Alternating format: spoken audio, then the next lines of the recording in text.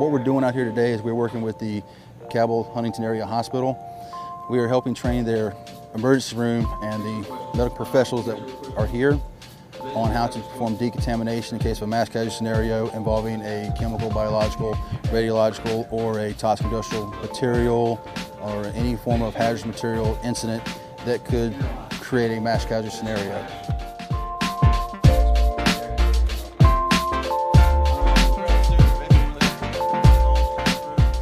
Some of the folks that are in the emergency room will be the first receivers of a patient.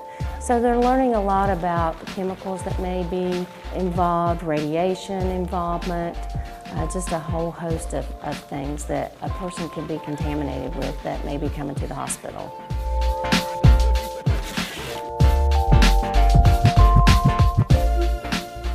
And we're also showing them the CERFP, which is the CBRNE Enhanced Response Force Package for West Virginia National Guard, the equipment that they have and the capabilities that they can use to help assist the hospital. Training like this is important because we want to make sure that the civil organizations and the military organizations within the state work together and they know each other prior to something happening.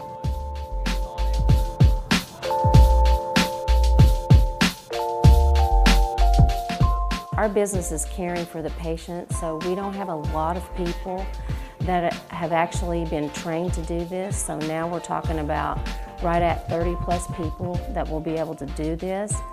Though that sounds like a large number, it won't take very long for them to become taxed and need someone to take over. So we will be using the National Guard if that happens.